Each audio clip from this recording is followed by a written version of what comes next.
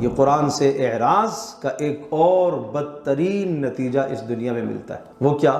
جو آدمی قرآن سے اعراض کرتا ہے، منہ موڑتا ہے، فرمایا نقیض لہ شیطانا، ہم اس پر ایک شیطان مسلط کر دیتے ہیں، اور پھر وہ ہر وقت اس کا ساتھی ہوتا ہے، اس کو ہر وقت الٹے مشورے دیتا ہے، ہر وقت اس کو غلط گائیڈ کرتا ہے، غلط رہبری کرتا ہے اس کی۔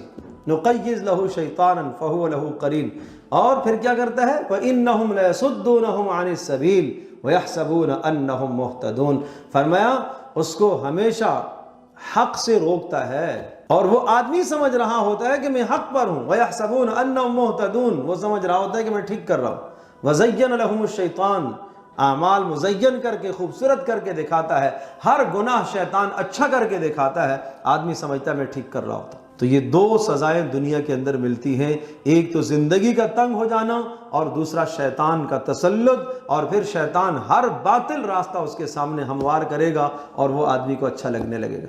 اس لیے ہمیں توبہ کرنی چاہیے، توبہ کی ضرورت ہے۔